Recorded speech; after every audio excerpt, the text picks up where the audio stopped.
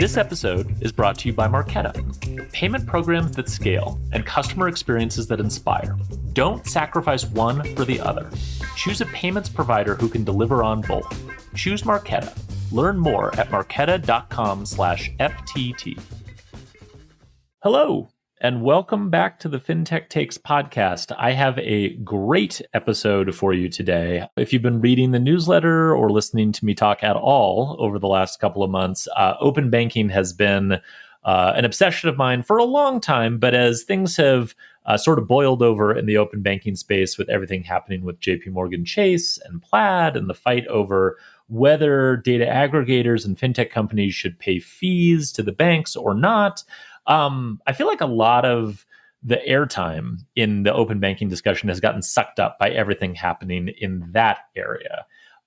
What we have been ignoring are a set of other legitimate concerns that banks and data providers have with open banking that, to be totally clear and totally fair, the existing open banking rule doesn't do a good job of addressing. So I wanted to dig into some of those other areas. Specifically, I wanted to dig into concerns that banks have around liability when something goes wrong with open banking, which ultimately, from a regulatory perspective, rests with them today and makes them very nervous about enabling things like pay by bank, for example, via open banking, as well as third-party risk management, which is a cornerstone of how prudential bank regulators oversee banks and credit unions, and is an area that is very tricky to square with open banking. Now, to explore the concerns around liability and third-party risk management in open banking, I needed to find people who really knew what they were talking about. And I'm glad to say that I succeeded. So in today's episode, we have a rare 4-person episode. Myself, joined by 3 wonderful guests. First, we have Steve Smith. Steve is an OG in the open banking space. He co-founded Finicity. Following its acquisition by MasterCard, he led the open banking business at MasterCard for a number of years. He was also instrumental in setting up the Financial Data Exchange, or FDX, which is the technical standard setting organization. And most recently, he is now the CEO of a company called Invela Network, which is working on addressing the exact problems that we talked about in the podcast today. Steve was joined by my friend and frequent collaborator on all open banking topics, Dan Murphy, who is the founder of Sunset Park Advisors and a former member of the CFPB and an integral team member in the creation of the open banking rule that we currently have. As you've heard on the podcast before, Dan is incredibly insightful on all things open banking and policy more broadly. So we were delighted to have Dan. And then the third member of our team today is Todd Taylor, who's the co-head of intellectual property and co-head of commercial and technology transactions at Moore and Van Allen. Todd has a tremendous amount of legal experience working on issues around data privacy, security, licensing, technology, supply chains. And as you'll hear, he has a very deep understanding of how banks approach issues around third-party risk management, liability, and what it would take to stand up some new approach to solving these issues. So we really pull apart the problem of liability and third-party risk management, which again are kind of the hidden issues that no one is really talking about in open banking. But as the rulemaking process for the revised open banking rule marches forward, and we're at a very interesting inflection point in that process right now, you can expect liability and third-party risk management to become much more central issues. And this podcast can be a guide of sorts for your following of those issues as we start to figure it out as an industry. So without any further ado, here's my conversation with Steve, Dan, and Todd.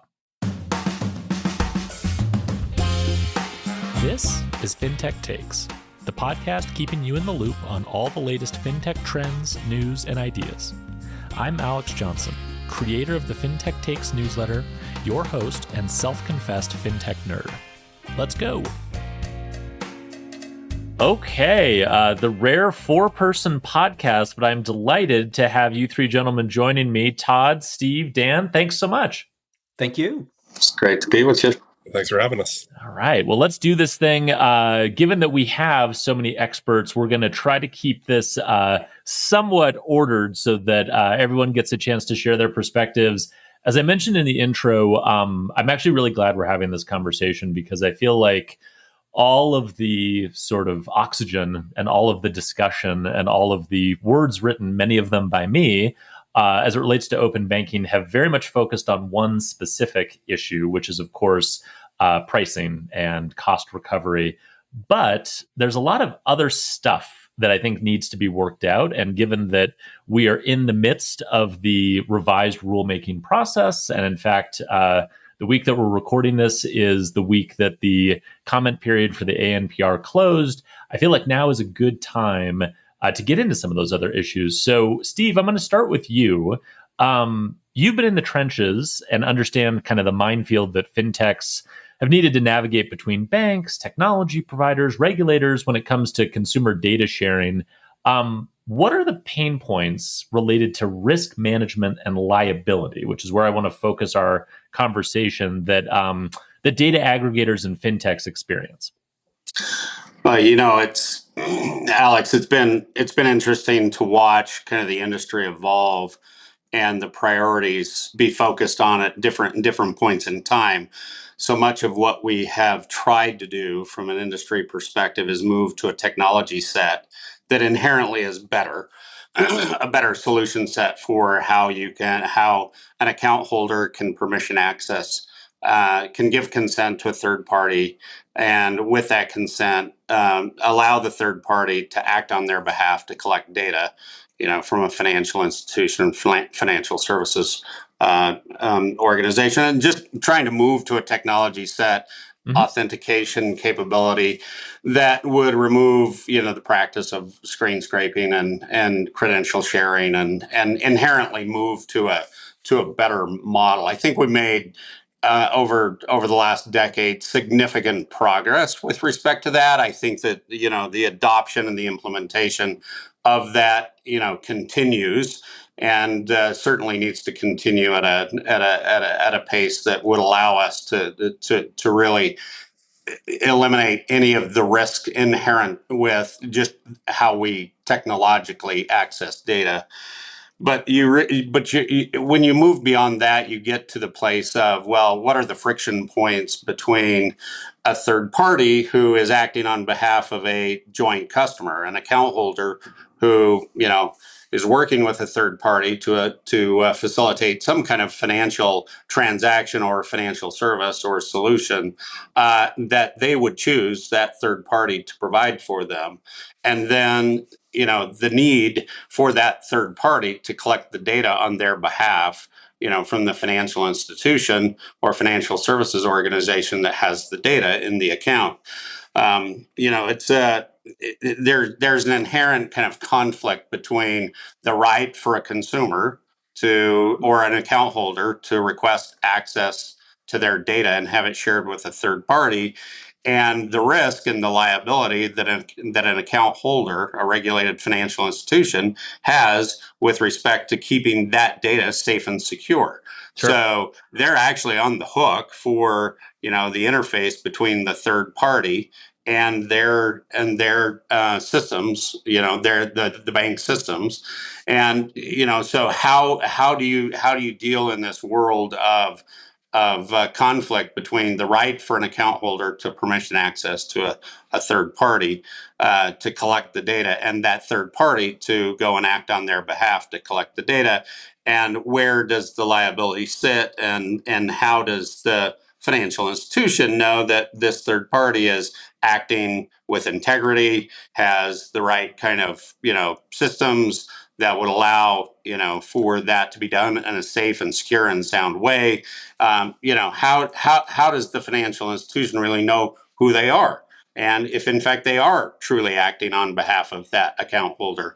And the challenge, and it's always been there, is if the financial institution or the financial services organization doesn't really know the third party and doesn't really understand whether or not that imposes specific risks, and if there's any loss that that is incurred, like the loss of PII, personally identifiable information, or data, or account value, then under, and at least here in the United States, Reg E and Reg Z, it's on the financial institution to make the account holder whole. So there's a natural friction point that exists between, in a world of us moving from kind of analog paper statements and paper checks to digital, where we really need to access the data to facilitate all these financial services. How do you deal in that world in a way that allows the financial institution to maintain their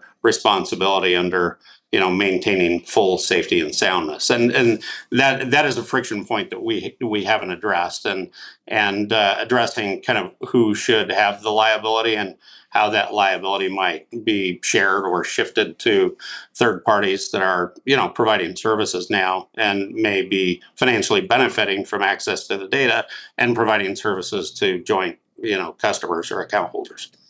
Sure. No. So to sort of recap that, because I think you articulated the distinction that's important for folks to understand very well, right?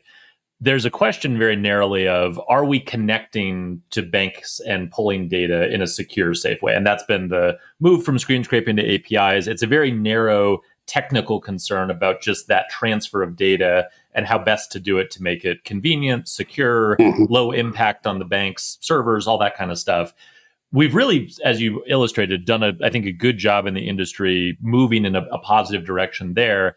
But the broader concern is always from I think the bank's perspective. And Todd, I want to go to you next on this. Like, who is it on the other side that's connecting this thing, right? And what do we know about them? How are they going to use the data? How do we know that they're trustworthy? There's just a whole set of questions. And I think, to be candid, a lot of this kind of relates to the fact that consumers can be a little loose with the decisions that they make sometimes, right? Like, this looked good on a website. My friend recommended this. Like, consumers aren't always doing like tremendous amounts of due diligence themselves, and they sort of just trust that these things will work. And Todd, I guess from your perspective, advising banks on this issue and sort of sitting behind the scenes, how do banks experience the concerns that Steve was just sort of articulating? Yeah, no, I think that's right. And again, it depends on the size of the bank that you're talking about. But the larger banks for the last 5 or 6 years, frankly, have been dealing with just what is the ecosystem going to look like from a regulatory standpoint. So they've been experiencing a lot of uncertainty risk here. Then when you move beyond that, the concern that you're talking about now that the banks, I think, are worried about is, one, what happens if there are compromises in the account? They're unauthorized transactions. They have to make good on those, generally speaking, from a Regulation E standpoint. And so there's a liability risk. I think the larger banks are relatively good about budgeting and managing their Regulation E liability. They have pretty good fraud monitoring tools. Smaller banks, it may be a little bit more of a challenge for them. But then there's, I think, as Steve hit on, the safety and soundness concern. The problem the banks are having right now in some ways is we still have to apply the interagency guidance on third-party risk management to these data sharing arrangements because several years ago, when the prudential regulators came out with the FAQs to what was then OCC 2013-29, those FAQs essentially said, hey, when you're sharing data with a third party in an open banking arrangement, that is a third-party relationship. And so you need to have tools in place to understand who the third party is and how you're guarding against the risk associated with that third party. Well, that kind of works when you're talking about a small number of data aggregators that you're interfacing with. You can sort of scale that, but you can't scale that when you're doing hundreds and hundreds or thousands even of data providers. And so I think one of the struggles the banks are having right now as they look at the expansion of open banking is that, again, it's the point you hit on. How do we know who we're dealing with? How do we know what the risk that third party is introducing into the marketplace and to our customer base? And how do we deal with our regulatory expectations about how we're managing that risk? And I think right now there's not a clear answer, and that is particularly exacerbated by the continuing uncertainty in where we're going to end up with final rules. And so I think until we have a clear regulatory answer, banks are going to have to feel through that issue of, understanding who they're dealing with on the data recipient side and how to manage the risk, whether it's under an old third-party risk management framework, which doesn't quite work, or under a new framework for managing and allocating risk in the marketplace for sharing data and the using of that data. Well, and so you mentioned regulators and sort of them providing more clarity. Dan, you were working on this exact issue with the rule that we currently have. I know from having spoken to you in the past that this was front and center as an issue you guys looked at, both on the liability front as well as kind of the broader third-party risk management questions that Todd raised. Can you give us a little bit of insight into just the way that you approached some of these questions at the time and sort of how you experienced it being on the regulatory side when you were at the CFPB? Yeah, sure. No, happy to speak to my experience while I was there. Really wish I had been able to solve this for everybody. That was definitely I was going to say this year, but it just didn't. It's kind of your fault, man. I know. If only I was still there. So, look, I think there's a couple things going on here. One, in a lot of open banking jurisdictions around, or a lot of the jurisdictions around the world that have open banking regimes, there's usually sort of one or maybe two regulators who are designated to figure out sort of the suite of things that you need to figure out associated with all this complex data sharing that's going on. In the US, as we all know, that's not really how it happened. There was this very, very short statutory instruction given to the CFPB to go enable data sharing and enable a consumer data right. And I think that's pretty clear. But it doesn't really comment on risk management. It doesn't really get into all this other stuff that we're talking about here.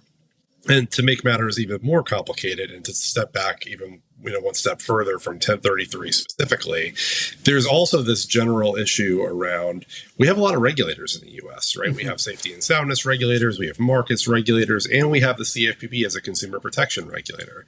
And to be clear, I'm not saying we shouldn't have some of these. I actually think it's really important to have a consumer protection regulator. And if you were around during 2008, you remember why this was created and why we needed this was because safety and soundness regulators were sort of doing consumer protection off the side of their desk, and in some cases maybe not giving it the attention that it deserved. But when the CFPB was created, it sort of created this inherent potential tension between safety and soundness considerations on the one hand and consumer protection and competition considerations on the other hand. Now, with Section 1033, you have this specific statutory instruction that's consistent with the Bureau's mission to promote competition, to promote, transparency, consumer protection, to go create this consumer data right. Okay, great. So the CFPB goes and does that. There's not really anything on risk management, and there really couldn't be because it's not the CFPB's job. Those authorities still lie with the prudential regulators. And so the way, all this conversation is always about banks versus fintechs, but there's this other tension, which is prudential regulators versus the CFPB. And the prudentials often, I think, still look at the CFPB as almost their little brother in some ways. And there's a little bit of cultural something there. So I think the way I experienced this, back to your question, was it was a little bit tough and awkward at times, right? Because we're all trying to make this work. We're all trying to figure out how to, best sort of square the circle. But you've got, really three prudential regulators who are the most involved in this, who each of them might have their own perspectives, and getting those guys to align on something is not always the easiest, who are now having to align something that they've had for a long time, which importantly is based on guidance, not on notice and comment rules. And they have to align that with a very clear legislative rulemaking that this new agency that they have a somewhat inherent tension with is doing. That just creates a lot of room for things to move very slowly, I guess, at the very least.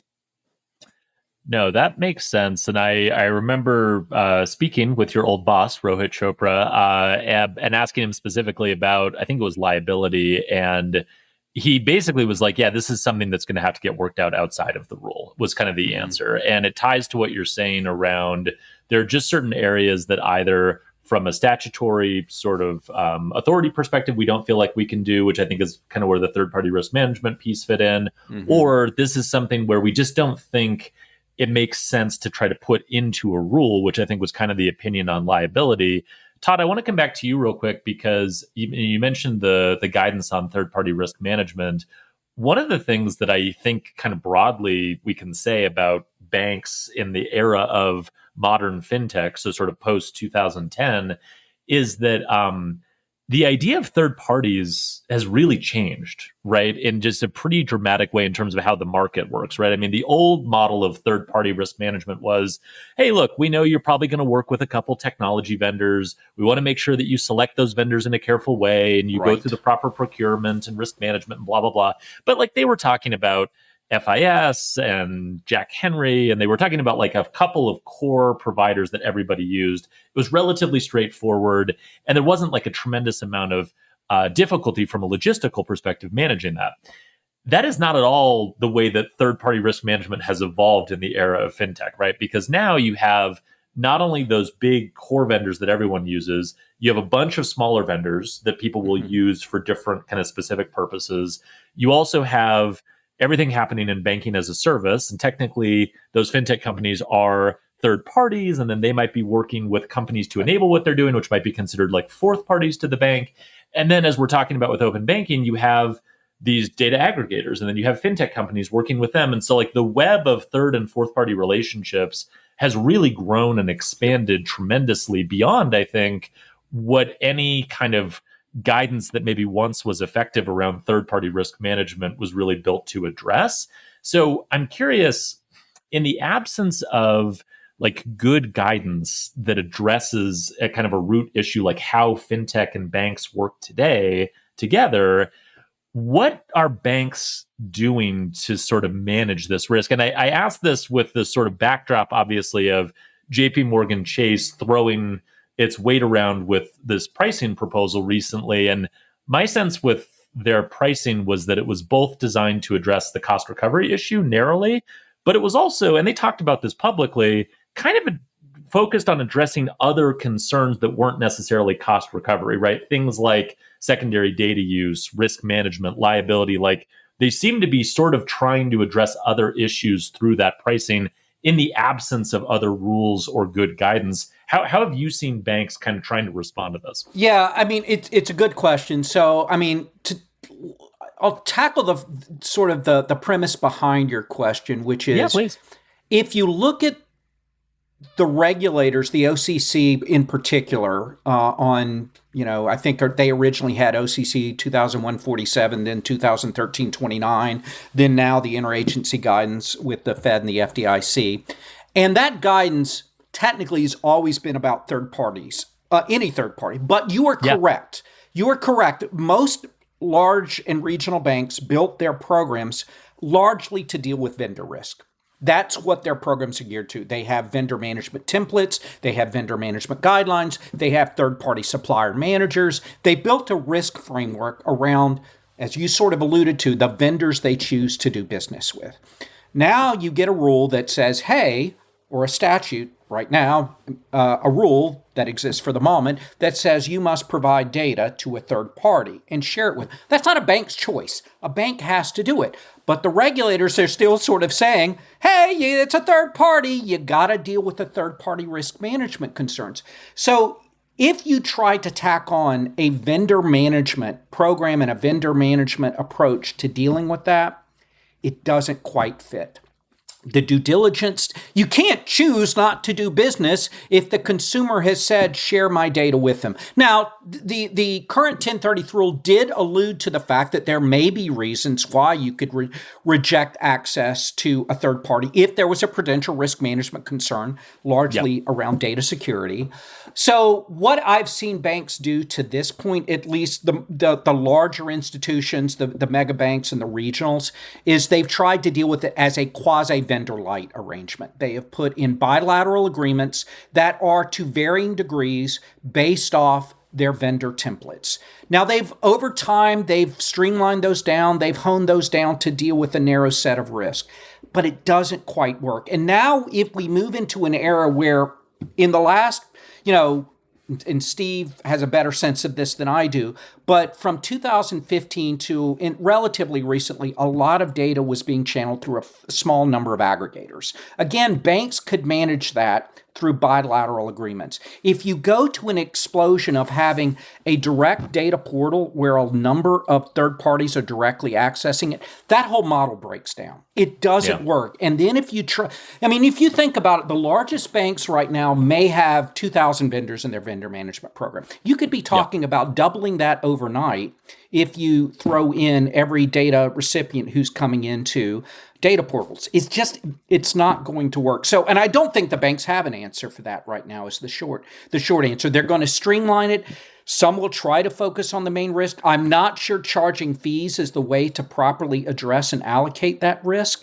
All you're doing is sort of, hey, pay me money, and maybe I can pay people to address the risk, and maybe that will keep the small, insignificant players out of the marketplace. But that seems to be contradictory to the purpose of 1033, which is allow consumers to access data they want. And I'm not really sure it solves the concerns of the prudential regulators. So I think this is going to be an ongoing conversation of seeing what happens in the marketplace, what solutions develop, seeing what the final version of a new 1033 rule may look like, and see if the prudential regulators decide to weigh in with some firmer guidance on what needs to be done from a prudential regulatory standpoint. So the short answer is they're struggling through it right now, and different banks are coming up with different answers. But right now, it's largely vendor light.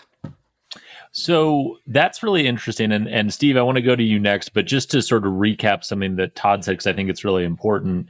Again, if you look at like 2015 to 2025, the way that this market evolved in the absence of rules that mandated some of this stuff was that you had screen scraping, and screen scraping created enough leverage for a small number of data aggregators to then create bilateral agreements and move to APIs.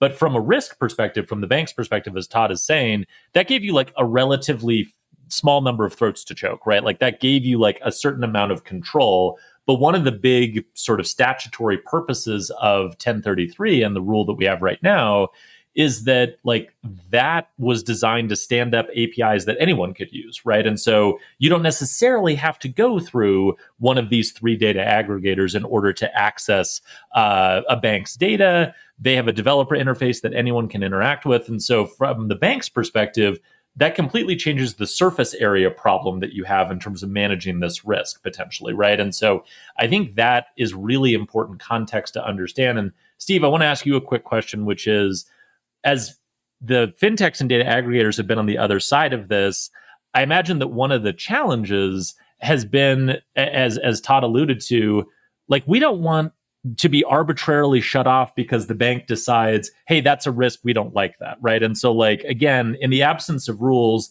and I think even to a degree under the rule we have, the concern has been like, well, okay, under what grounds is a bank allowed to deny access? How are they defining a cybersecurity risk? Who's checking to make sure? I mean, I remember reading a lot of comments when the rulemaking was happening that like, that was something that on the fintech and data aggregator side, there was a lot of concern about just losing access because the bank decided, hey, this is too risky for us. How do data aggregators and fintechs think about that concern? Well, I think the first thing to talk about here is, what is kind of safe harbor for a bank? Yeah. Because on the one hand, they must provide access. On the other hand, they must maintain safety and soundness. And so they really have to be in a position of what I would call plausible deniability. How do you get to a position of plausible deniability? The challenge before 2015, 2025 with bilateral agreements and pushing, GLBA compliance down to an aggregator, and assuming that the aggregator is doing their job to ensure, appropriate safety and soundness with all fintechs that are coming through their front door and accessing, the bank system through the aggregator. Well, that might be a leap too far because at the end of the day, the bank truly doesn't have full transparency through that process. And at the end of the day, the bank doesn't know that aggregator 1 is doing the same thing aggregator 2 might be doing, or exactly how consistent those programs might be applied. and whether or not there truly has been an appropriate degree of vetting done with a third party that wishes to access data on behalf of an account holder. So you get into that. You get first into the challenge in that world of consistency and transparency, right? So the bank doesn't really know, and ultimately the bank is on the hook. So. And how does the bank get to a place where they have truly safe harbor, plausible deniability? So I've always believed that industry was going to be in the best position to solve for this. But you also have to come back around to, Todd's point.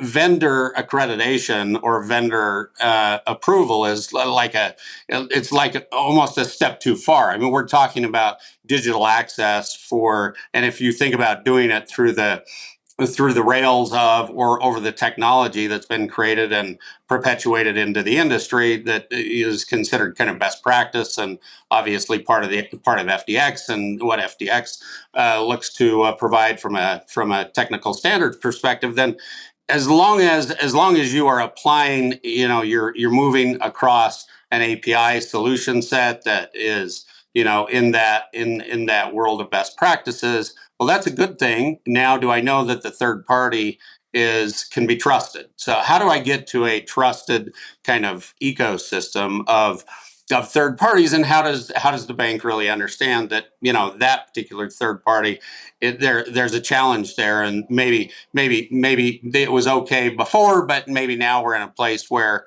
there's a risk associated with a third party that we need to be really looking at, and we're in a position where we need to plausibly deny access, because it's more important for us to tip the hat to safety and soundness than it is to provide access to a potential third party that is creating risk on the system. So, that's the world that kind of we're in now. And I've always believed that industry is probably in the best position to put the solution set together to create a transparent view of third parties who are considered safe and sound, good actors in the system representing account holders that have properly consented to have their data flow to that third party for a particular purpose or a particular service. And, banks are going to have a hard time doing that. And third parties don't want to go through multiple accreditations. So imagine a third party that in the U.S. that has to be accredited by every single bank that they collect data from. And that just doesn't work, right? So you get into this place where you really don't have a solution. Banks don't have a standard to apply. The guidance that they have today is heavy with respect to a third party. So industry and regulators and coming together with a new common standard for what accreditation would look like for a third party that would be a known third party, trusted third party, good actor in the ecosystem, truly representing the account holder and providing services that the account holder has consented for their data to be shared to or for. That's really what the industry needs to come together to help solve. And I believe if you look around the world, there are different constructs that have been put in place, but ultimately anything that has been put together that is reliant upon either the regulator to build out systems and solutions to scale with industry, or the bank to understand how they're now going to have to scale third-party risk management and do it appropriately is really challenged. There aren't any solutions out there today that have been deployed that would effectively manage that process for what I would call a frictionless ecosystem that we really need to create. When it comes to your payments provider, you can't afford to compromise. Marqeta's modern payment solutions flex with your business without the trade-offs. Stable and agile, secure and innovative, scalable and configurable. If they say you can't have it all, don't believe them. Your business demands more. Choose a payments provider that delivers more. Choose Marqeta. Visit marqeta.com/FTT to learn more. Yeah, well, so building on that, and I want to talk about solutions because I think that's really interesting. But just Dan, real quickly to you, I mean, I think that as Steve just articulated, like we sort of know things that aren't feasible, right? And I actually remember reading some of the comment letters during the rulemaking period, and there were a couple points where like everyone was both on the fintech side and the bank side were like, yeah, it'd be great if the CFPB could just vet out all of these companies. And when I was reading those comments, I was like, yeah, I don't think that's going to happen. Like even this was in the days when the CFPB had like a number of employees, but even then I was like, yeah, I don't think that's really going to work. And certainly now there's absolutely no way that could work. But also, as Steve said, like if I'm thinking about what makes the market work best, I don't really want banks being the parties responsible because, again, like it's a huge burden on them to vet out all of these potential companies that they're not selecting, right? To Todd's point, the customer is saying, it's such an odd thing for the customer to bring vendors to the bank, essentially under a third-party framework and be like, you must work with this company you've never heard of. And the bank's like, what the hell? Like, right. I think that's actually really important as a way to think about it. But when you guys were kind of wrestling with this, where did you see kind of like the break points in terms of like, this might make sense, this might not, this might be something that industry needs to handle? Like, where did you guys kind of land when you went through this last time? Yeah, of course. I mean, look, I think one of the things I'll say is, Steve's take on this to me is really interesting because it really picks up a lot of the threads that I feel like we left off with the rulemaking, because of the nature of a lot of these gaps, there are a lot of places where regulators aren't going to be able to solve this at the end of the day, at least not completely. They can do certain things to help. So, for example, 1033 rule, I think we went as far up to the line as we possibly could have in sort of asserting, okay, there's a consumer right to access this information for competitive reasons and others. You shouldn't just have the bank being able to sort of pick off a competitor and say, we just don't like them because actually we're competing them for deposits or whatever it might be, and we actually don't want the consumer to do business with that company. That doesn't seem like a good norm to establish in the market, right? At the same time, to Steve's point, you do want the bank to be able to sort of have a little bit of ability to look at a particular party and say, actually, maybe that party's been great before, maybe there's not been a problem in the past, but we have a very specific reason to know why there's a problem right now and why it actually may endanger both the ecosystem, the institution, and the consumer to not raise a red flag in this moment, right? Because there's a particular risk that they're aware of. And we actually included language like that in the final rule so that we sort of kept that space for banks to be able to exercise some reasonable good-natured judgment on this, because look, it is important. I don't think anybody disagrees that we want institutions protected, we want safety and soundness taken very seriously, and of course we all want consumers protected, right? So I think having that built in was a really critical piece of the puzzle. The practical concerns that Steve mentions are also very much aligned with where I was at least thinking about this for a long time, where, Alex, you mentioned those comment letters that we received. I was sitting there reading them and I was looking at the rest of my to-do list and, I'm one person. The idea that we were going to build some huge accreditation system for a 20,000-ish strong third-party and data provider ecosystem where data is flowing both ways now, importantly, right? At the CFPB, which is not that large of a regulator, importantly, is just not very practical. And to Steve's point, you've seen other ecosystems much smaller than the US try to stand things up like this.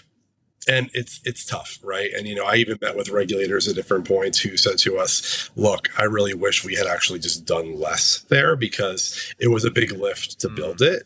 And we really are proud of the work that we did to build it. But now that we've built it as convolutedly as we have, we realize we have to maintain this system, and it's really, really hard. And so the approach that we took was very much, okay, let's try to create some guardrails to kind of give the industry and the prudential regulators, frankly, the foundation that they need to go shape something that makes sense for this market. And something like what Steve has been talking about is very much aligned with the way that we were thinking around that. Even if you look in the rule, we talked about the need for, or the possibilities for, private industry accreditations and certifications to play a really important role in the ecosystem, so that you don't just have thousands of banks and credit unions and thousands of third parties all trying to talk to each other in this really complicated way. I think we all agree there's a more streamlined way for this to work. Absolutely. So, Steve, that's your cue to give us a little bit of a pitch for what you're working on right now. And I think it'd be great if you could kind of express and give us sort of the elevator pitch on the principles of how you would envision kind of doing what Dan said and sort of filling in that gap. Because I think we've set up the problem well at this point, right? That like there's a need for this thing. The need is only going to grow over time, to Dan's point about regulators and other markets like trying to solve it at a point in time and then being stressed about having to maintain it as the market grows. So there's this gap in the middle. What are, in your mind, kind of the principles for how we would address that gap and sort of address all the stakeholders' concerns? Yeah, I think, first of all, getting to a place where there's consistent application of, call it, accreditation is very important. So, as a third party data recipient, you go through an accreditation process. You can understand what it is. You can manage to what it is. It's not an impossible test. For example, it is a set of things that you need to do to be accredited. And there are lots of industries out there where you need to be certified at a certain level to get a certain, to be recognized, as a certain participant within an ecosystem. So this is not uncommon. Yeah, we do it in financial services, right? I mean, we do it for data security and payments and all kinds of stuff. Like that's a model that we know, right? So creating a consistent application of accreditation is very important, and then creating a very transparent registry of accredited participants that are known as good actors in an ecosystem is very important. So that's essentially what we're doing with Invela. We're creating a consistent approach for accreditation. We're creating a registry that is transparent and banks can utilize to see accredited third parties that have gone through a consistent process. And you think about regulators who come in, what are they interested in? They come in and they want to talk about third-party risk management. What are you applying here? We're applying a consistent approach. This is the transparency that we have toward the third parties that are accessing data from the financial institution. This is the process that they have gone through to be accredited. And by the way, now we also have an ongoing risk review, dynamic risk review or risk score that allows us to have a real-time view of how that particular third party continues to behave within an ecosystem. They behave well, they behave consistently, their risk is low. That's great. The bank doesn't need to do anything but say that risk has been, at least from a vetting perspective, is understood, it's transparent, it's known, they're known to me, and they're known to me to be a good actor in an ecosystem. And then if the risk increases above a threshold that is comfortable for the bank, and the bank needs to be in a position to determine, what that risk threshold would be relative to, the various components that go into creating safety and soundness, which, by the way, is a very solvable thing, then the bank is in a position to throw a breaker and be in a position of safe harbor with plausible deniability. And then once you've created that kind of solution set, you have transparency, you have consistency, right? There's only, as a third party recipient of data, there's one accreditation. You don't need to go through multiple, and every bank can have access to the registry and the platform that gives them full transparency and the ability to manage the third parties that, from a risk perspective, that are coming in and acting on behalf of their account holders.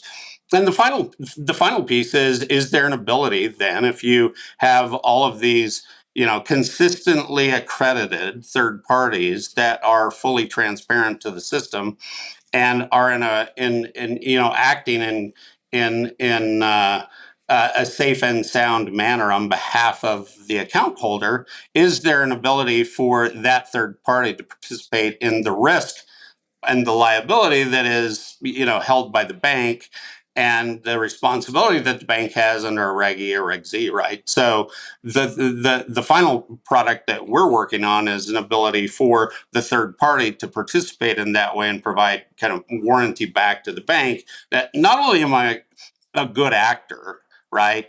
And not only am I keeping my risk score low, and so I'm acting in an appropriate, mature way in a financial services ecosystem. So I share, your responsibility, bank, that you have as a regulated financial institution.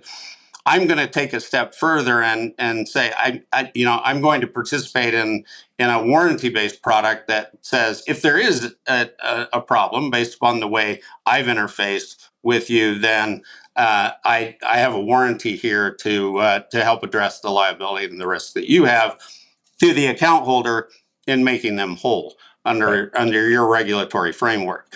I've always believed that there was an appropriate industry way to create transparency, one single accreditation, ongoing risk, an ongoing transparency of risk, and then a solution set that brings insurance into the open banking space and helps insurance provide an umbrella that creates, basically risk transfer or risk sharing from a financial perspective.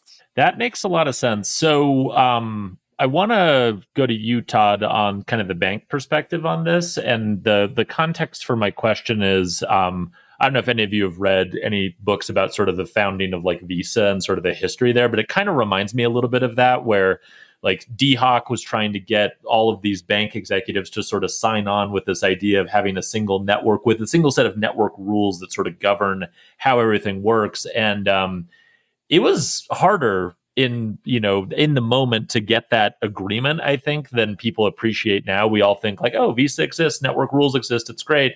Like that was really hard. You read stories about like D-Hawk would like have them come to a meeting offsite somewhere and like bring their spouses, and it would like he would basically hold them hostage in the room until like they agreed, and then he'd let them go spend vacation time with their spouses. So like lots of like kind of human psychology tricks to like forge consensus.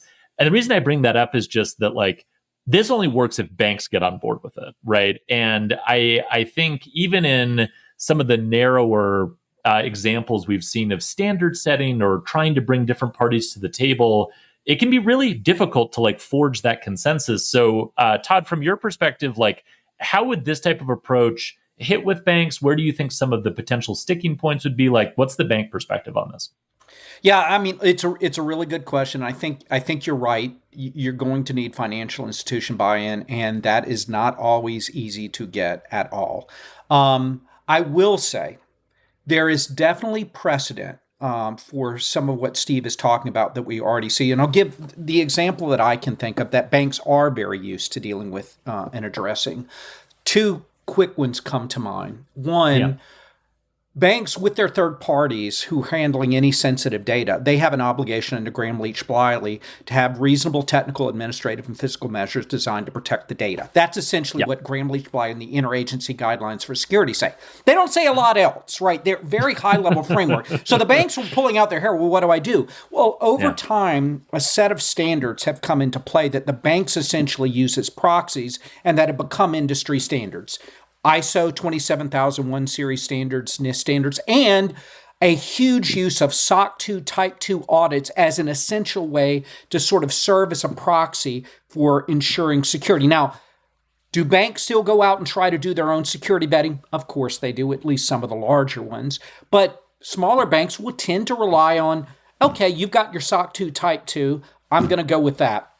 Going to your example of the Visa network, I would add in a sort of further follow-on to that. If you look at the PCI DSS rules. I was going to say, that's a good example. Mm-hmm. Yep. And so what sort of happened there was the card industry wanted to show, hey, we've got a secure way of handling data, but we can't have each of our member banks come up with their own specific rules for how security is going to be dealt with on our network. So we're going to have the PCI DSS standards. And we will have an assessor who will go out and assess institutions against the PCI DSS standards. And so I think banks, if you present something like that to them that takes some of the individual vetting burden off them, but shows itself to be a reputable, reliable tool, I think banks can buy into that because to a degree, they already buy into the use of those third-party vetting tools like PCI DSS, like the SOC 2 Type 2.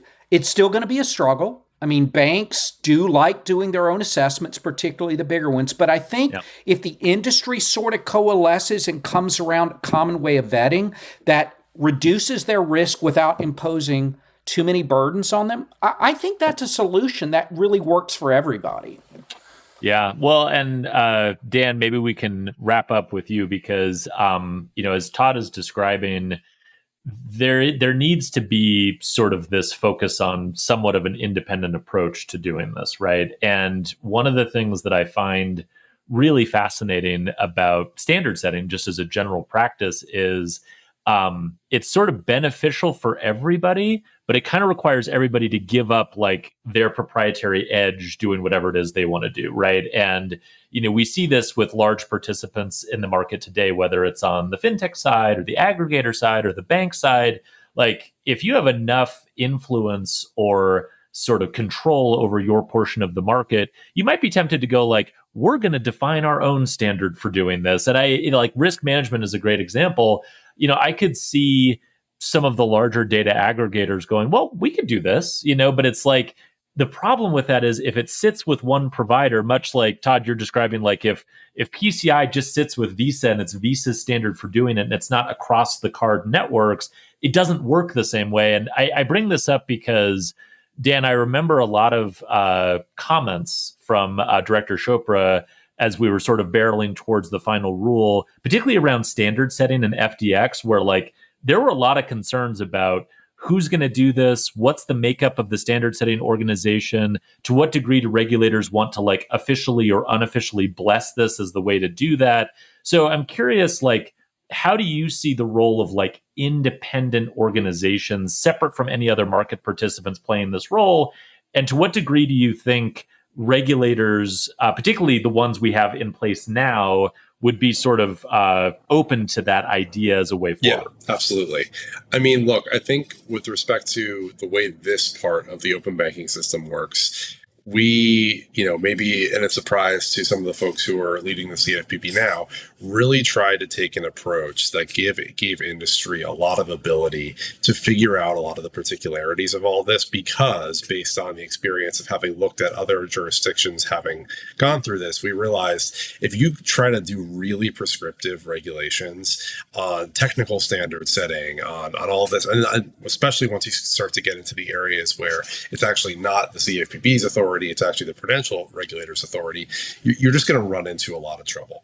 So I think what the system that we tried to set up really started from a personnel as policy mindset. To your point, Alex, standard setting is really important. And I think having open, fair, inclusive standards can really generate a lot of competitiveness in a market, can generate a lot of innovation, can bring a lot of new folks to bear. There's a lot of great examples of that, whether it's, standards related to the early days of the internet or Bluetooth. There's really good examples of that working well in the past. But there's also examples, and Director Chopra was always very good about talking to that, about speaking to them. There's also examples of private industry bodies being set up, and that body really becoming an anti-competitive vector that actually foreclosed markets to innovative startup companies, right? And so that was really what we were trying to avoid. And so what we did in the 1033 rule and in the early final rule on standard setting in particular was we tried to set out a process and a set of criteria by which it was like, okay, for example, standard setting bodies should be balanced among market participants. If you have a standard setting body that's made up only of data aggregators or only of data recipients or only of banks or only of credit unions or whatever it might be, it's probably speaking to that group's interests maybe very well, but it's probably not speaking to the interests of the broader ecosystem and ultimately to the consumer. So, I think predicting where the current CFPB is going to go with anything these days is probably a fool's errand, but we've talked about that before. Yeah. I guess this feels like a place where it's one of the relatively uncontroversial parts of the rule that we finalized. I was quickly looking at some comments this morning. The comment period closed last night. I even saw some of the large banks who I know are quite concerned about other parts of the rule expressing that, this part of the rule is actually pretty reasonable. So I think that's promising, but we'll have to see where they land. Yeah, I just to close this out, I think that's right, and I do think I and others have been plenty critical of kind of the uncertainty and chaos happening in sort of regulatory policy land right now. But I do think one of the benefits of, let's call it, a much looser approach to some of these issues is that we can move fast and try things, and so I would say I am mildly optimistic, actually, that there will be an appetite both on the industry side, given everything that's happened, and then on the regulatory side to try something like this. And glad we're able to sort of hash out what the issues are here. Todd, Steve, Dan, thank you so much for joining me. This was really fun, and I learned a lot. Thanks, Alex. This was great. Thank you. Thanks, Alex. Appreciate it.